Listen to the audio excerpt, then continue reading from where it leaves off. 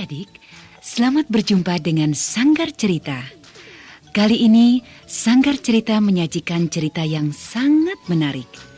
Judulnya, Cium Wanara. Anda masih bersama channel YouTube Satria Collection. Jangan lupa like dan subscribe.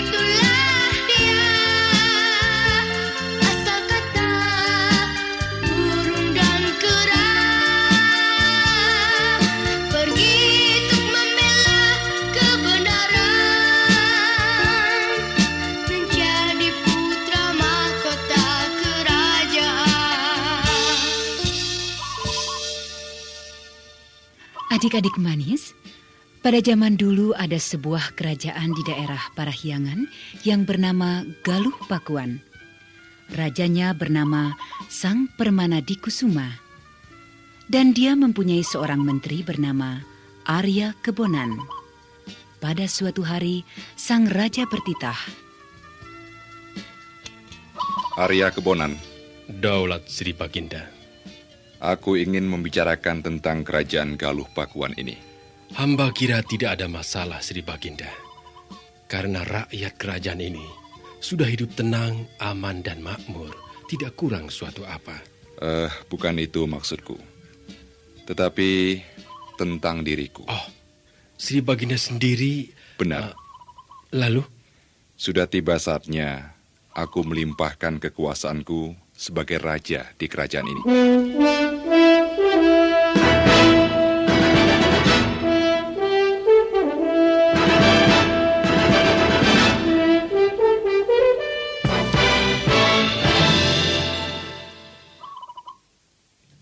Sri Baginda akan menyerahkan kekuasaan ini kepada siapa? Karena Sri Baginda belum mempunyai putra mahkota untuk menduduki tahta kerajaan ini. Untuk itulah aku memanggilmu. Jadi? Kau yang kuserahi ini semua. Apakah saya pantas menerima tahta kerajaan ini, Sri Baginda?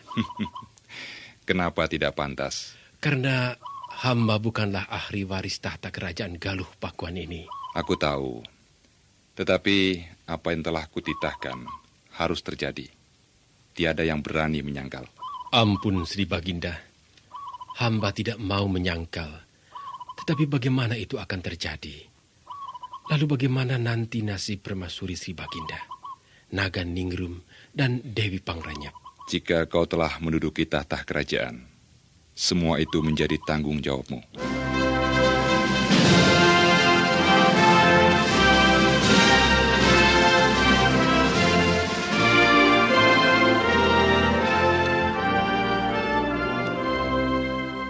Adik-adik, Sri Baginda Sang Permana Dikusuma menyerahkan kekuasaannya kepada Arya Kebonan. Kemudian, Sri Baginda bersemedi dan menjadi seorang Brahmana yang bernama Ajar Sukarsi. Arya Kebonan bergelar Raden Galuh Barma Wijaya Kusuma. Dengan kedudukannya itu, ia membawahi yang semula kawan-kawannya antara lain Lengser.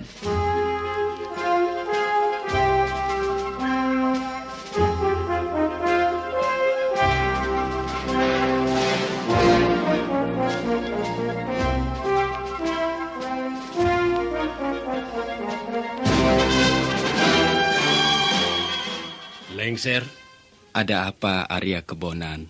kau menyebutku harus dengan sebutan Raja.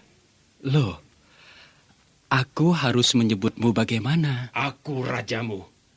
Maka kau harus menyebutku Sri Baginda Raja Raden Galuh Barma Wijaya Kusuma.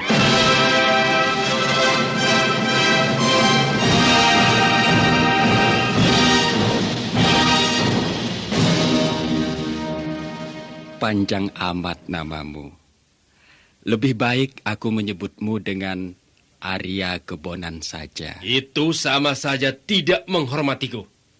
Dan kalau kau masih tidak menghormatiku, maka aku sebagai rajamu berhak memecat kedudukanmu di dalam kerajaan ini. Mau memecatku? Kalau kau tidak tunduk denganku, Lalu, apa maumu? laksanakanlah segala perintahku. Yaitu, umumkanlah kepada seluruh rakyat kerajaan ini bahwa Sang Permana di Kusuma dengan segala kesaktiannya telah menjadi muda kembali. Tapi apakah mereka percaya? Cepat, jangan banyak ngomong. Laksanakan perintahku ini kalau kau ingin selamat.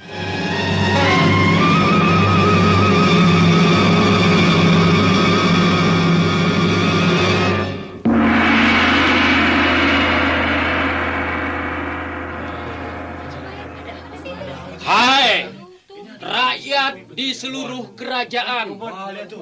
Hari ini diumumkan bahwa dengan kesaktiannya, Sri Baginda Raja telah menjadi muda kembali. Maka seluruh rakyat kerajaan bergembiralah. Karena kita tetap diperintah oleh seorang raja yang adil dan bijak.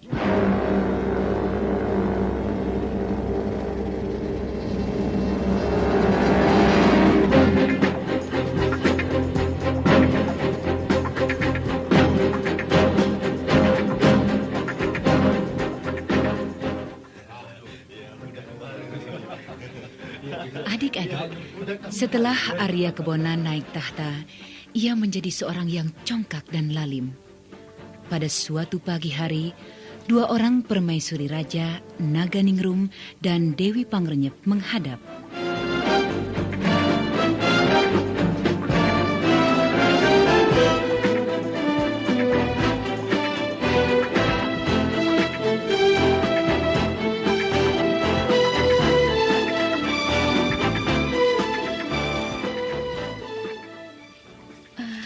Kanda Arya, Dinda bermimpi semalam. Iya, Dinda juga bermimpi. Aneh, kedua-duanya bermimpi. Apakah mimpi Dinda itu aneh? Benar, Kanda. Aneh sekali. Apa yang kalian mimpikan? Dinda kejatuhan bulan.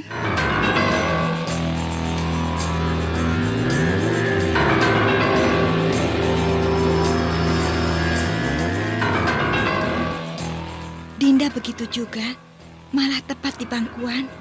Apa yang bakal terjadi? Ya, Dinda tidak tahu, Kanda. Tetapi rasanya sekarang Dinda ada perubahan yang terjadi pada diri Dinda. Apa yang kau rasakan? Sepertinya Dinda mulai berbadan dua.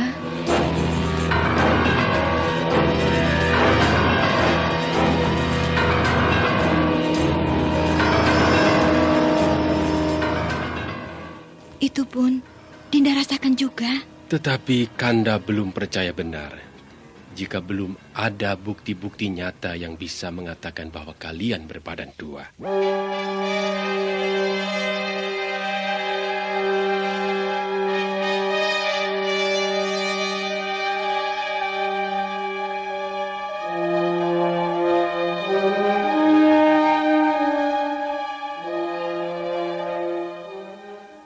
Untuk membuktikan bahwa kedua permaisuri itu hamil, maka Sri Baginda memanggil seorang Brahmana yang bernama Ajar Sukarsi. Anda masih bersama channel YouTube Satria Collection. Jangan lupa like dan subscribe.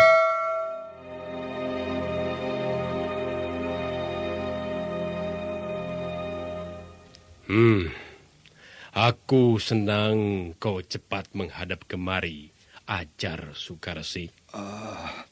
Lalu ada kepentingan apa? Aku tahu kau adalah seorang Brahmana yang terkenal. Maka aku minta tolong. Iya. Kedua permaisuriku ini mengatakan mulai berbadan dua. Apakah ini benar-benar terjadi? Saya lihat memang demikian, Sri Baginda. Karena sudah jelas terlihat dari bentuk tubuh mereka. Lalu kira-kira bayi yang berada di kandungan mereka ini laki-laki atau perempuan? Laki-laki, Sri Baginda. Berarti kelak mereka inilah yang akan menggantikan kedudukanku ini.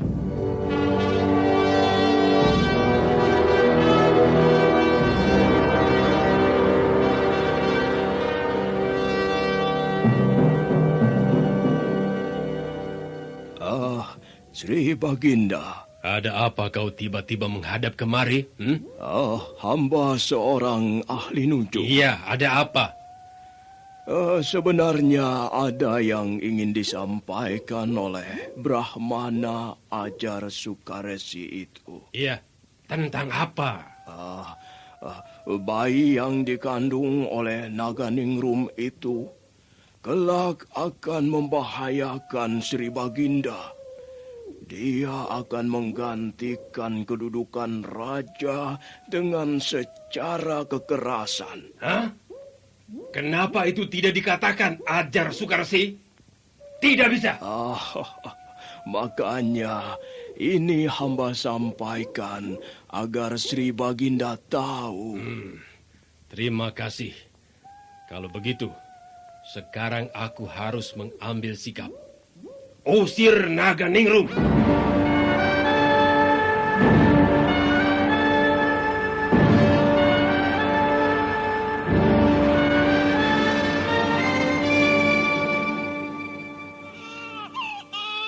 Kanda, sebaiknya Naganingrum jangan diusir. Karena ini akan mengakibatkan jatuhnya martabat Kanda sebagai raja. Tidak bisa.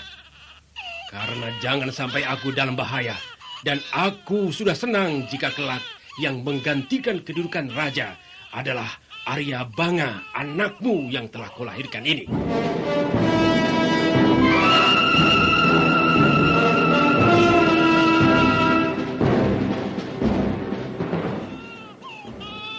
Itu baik. Tetapi untuk mengatasi bayi yang akan dilahirkan oleh Naganingrum itu harus memakai cara yang halus. Lalu? Serahkan kepada Dinda. Dinda akan mengaturnya.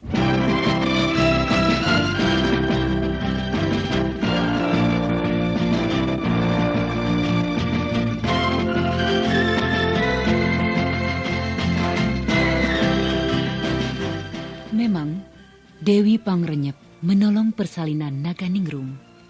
Tetapi bayi yang elok parasnya yang telah dilahirkan Naganingrum langsung dimasukkan ke dalam sebuah kandaga disertai sebuah telur ayam.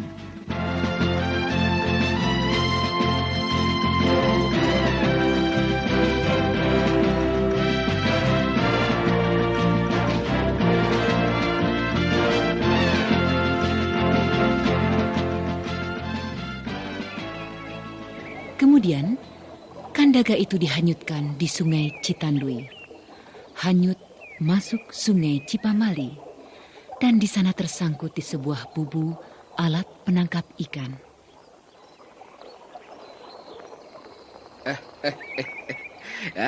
Dapat untung besar aku nih. Dapat apa, Ki? Lihat bubu kita. Apa? Oh, sebuah keranjang.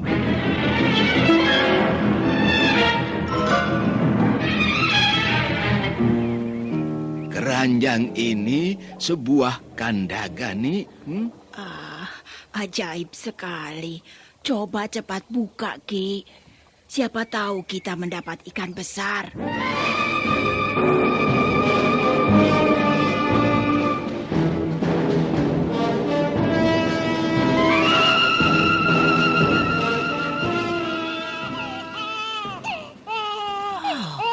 Bayi. Bayi yang elok parasnya, Nik. Oh Tuhan, apakah ini akan mendatangkan rezeki bagi kami? Sudahlah, Nik, sudah. Mari kita bawa pulang dan kita rawat dengan baik. Semoga bayi ini bisa mengangkat derajat kita berdua, Nik.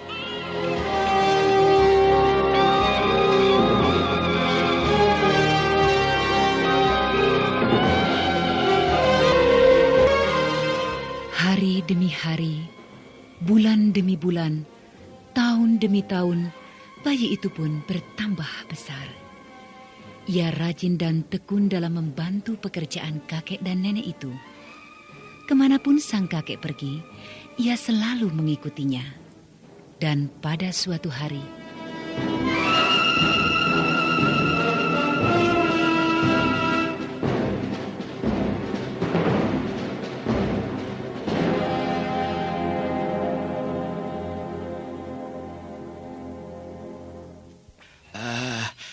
Pagi hari ini, kakek akan ke hutan mencari kayu bakar, cucuku. Mencari kayu bakar, kek? Iya.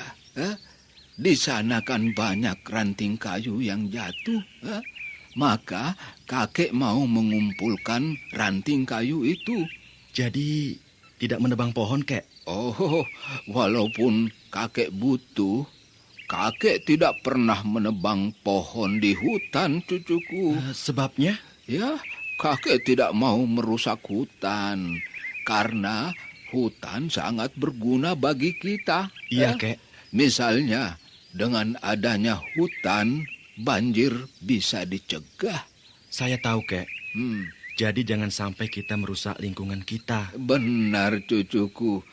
Ayo, mari kita berangkat.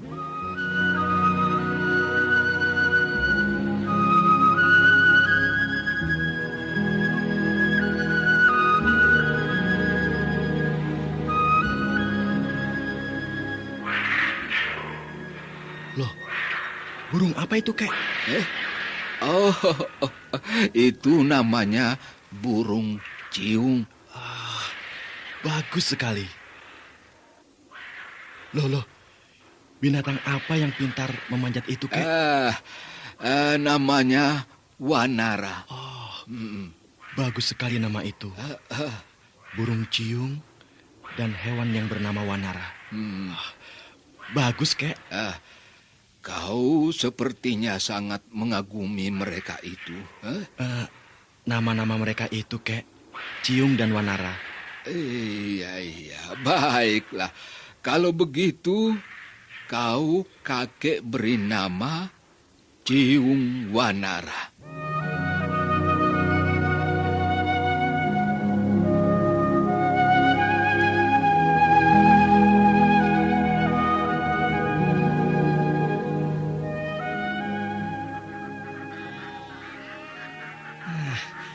Banyak pengalaman juga ikut kakek mencari kayu bakar di hutan. Sepertinya kau melamun, cucuku. Iya, Nek. Tentang pengalaman di hutan.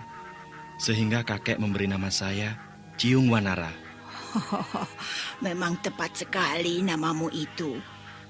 Sehingga nenek memanggilmu Ciung Wanara. Tapi, Nek, ada satu yang belum kesampaian. Apa? Kemarin saya minta ayam jago. Tetapi sampai sekarang saya belum mendapatkannya. Memang kakekmu sudah mengusahakannya, tetapi belum dapat. Hanya ini, nenek menyimpan sebutir telur yang berasal dari keranjang kandagamu. Telur ayam, Nek? Iya, benar. Iya, benar, cucuku. Dan untuk menetaskan telur ayam ini, hendaknya kau pergi ke sebuah gunung yang bernama Gunung Terang. Di sana kau akan bertemu dengan naga biru. Naga biru, kek? Iya. Dia telah memberi firasat kepada kakek tentang asal-usulmu maupun sebutir telur ayam itu. Tetapi, kek, siapa naga biru itu? Di dalam firasat itu, ia katakan bahwa dia berasal dari jelmaan seorang Brahmana yang bernama Ajar Sukaresi. Dan Ajar Sukaresi itu berasal dari seorang raja dari Galuh Pakuan yang bernama Sang Permana di Kusuma. Lalu? Kau mempunyai naga ningrum. Dia adalah permaisuri Raja Galuh Pakuan Sang Permana di Kusuma itu. Jadi, nanti dulu cucuku. Raja Galuh Pakuan yang sekarang menduduki tahta kerajaan adalah bukan ayahmu. Anda masih bersama channel YouTube Satria Collection. Jangan lupa like dan subscribe. Lalu, apa yang akan kami lakukan, kek? Kau akan memperoleh jalan terang, yaitu sesuai dengan hakmu sebagai putra mahkota kerajaan melalui telur ayam ini. Jadi, telur ayam ini akan menolong saya, kek? Iya. Maka, sekarang kau segera menghadap naga biru di gunung terang itu. Dia akan menetaskan telur ini.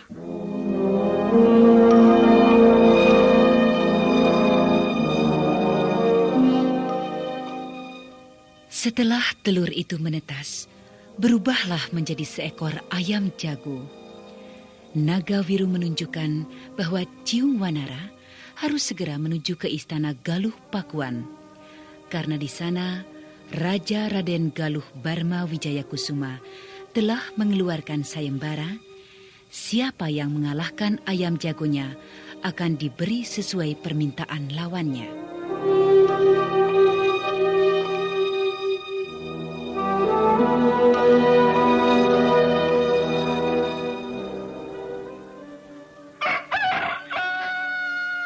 Sri Paduka Raja, hamba lapor. Ada apa? Di depan istana ada yang menantang Sri Paduka. Dia akan melawan ayam jagoku? Begitulah, Sri Paduka Raja. Ada yang berani juga ya.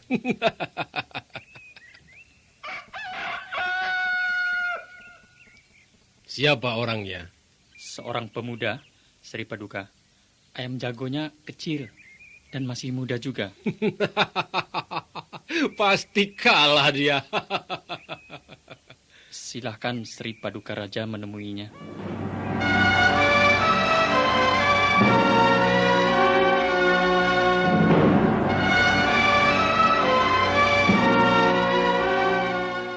Berani amat, hei pemuda. Ayam jagomu pasti kalah. Saya datang kemari ingin membuktikan sampai di mana kesaktian ayam jago Sri Paduka Raja. Jadi kau belum tahu kesaktiannya, ha? Ketahuilah, sudah berapa ekor ayam jago saja yang telah dikalahkannya oleh ayam jagoku ini. Mereka menyerah semua. Memang hebat kalau begitu. Lalu ayam jagomu yang kecil dan kurus ini akan mau melawan ayam jagoku ini? Iya. Lalu apa taruhanmu? Maksud Sri Paduka? Biasanya dalam menyabung ayam denganku harus pakai taruhan. Aku bertaruh. Jika ayam mereka menang, mereka boleh minta apa saja dari pihakku. Kan hebat. Iya, memang hebat. Sekarang kau datang kemari dengan ayam jagomu, tetapi kau tidak membawa barang taruhan. Tentu saja aku tidak mau. Sri Paduka Raja, sebetulnya saya bukanlah orang yang suka menyabung ayam. Lebih-lebih pakai taruhan. Itu tidak baik, sebab sama saja dengan berjudi. Jadi kau tidak mau? Dalam mengadu jago ini, Bukannya saya tidak mau. Maksud saya sebenarnya, seperti saya katakan tadi, sampai di mana kesaktian ayam jago Sri Paduka Raja. Sudahlah, kau pulang. Aku tidak mau menghadapi seorang pengecut. Pengecut? Saya bukan pengecut, Baginda. Buktinya, kau tidak jantan. Kalau kau benar-benar laki-laki, ayo, apa taruhanmu? Saya tidak punya apa-apa, Sri Paduka Raja. Tapi, diri sayalah sebagai taruhan. Nah begitu, jadi aku bisa memperlakukan sekehendakku terhadapmu. Iya, terserahlah. Dan saya minta yang jelas. Apa taruhan Sri Paduka Raja? Tentu, aku akan sebanding dengan apa yang telah kau taruhkan. Iya. Separuh kerajaanku ini akan kuserahkan kepadamu jika kau bisa mengalahkan ayam jagoku.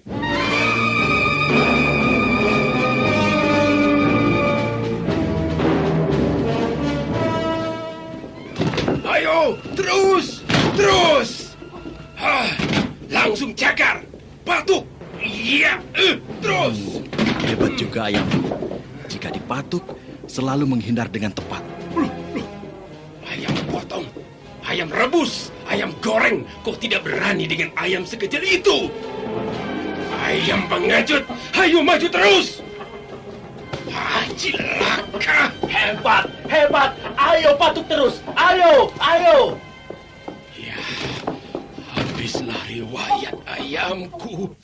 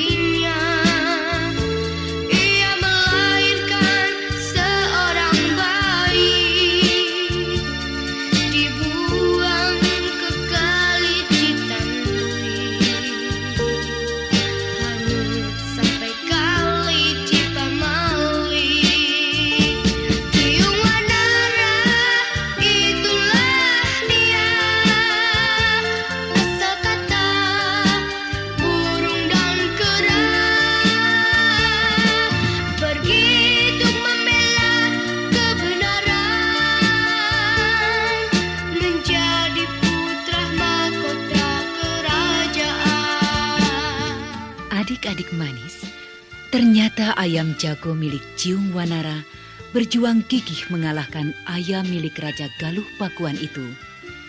Dengan kemenangan ayamnya itu, Ciung Wanara mendapatkan separuh kerajaan Galuh Pakuan.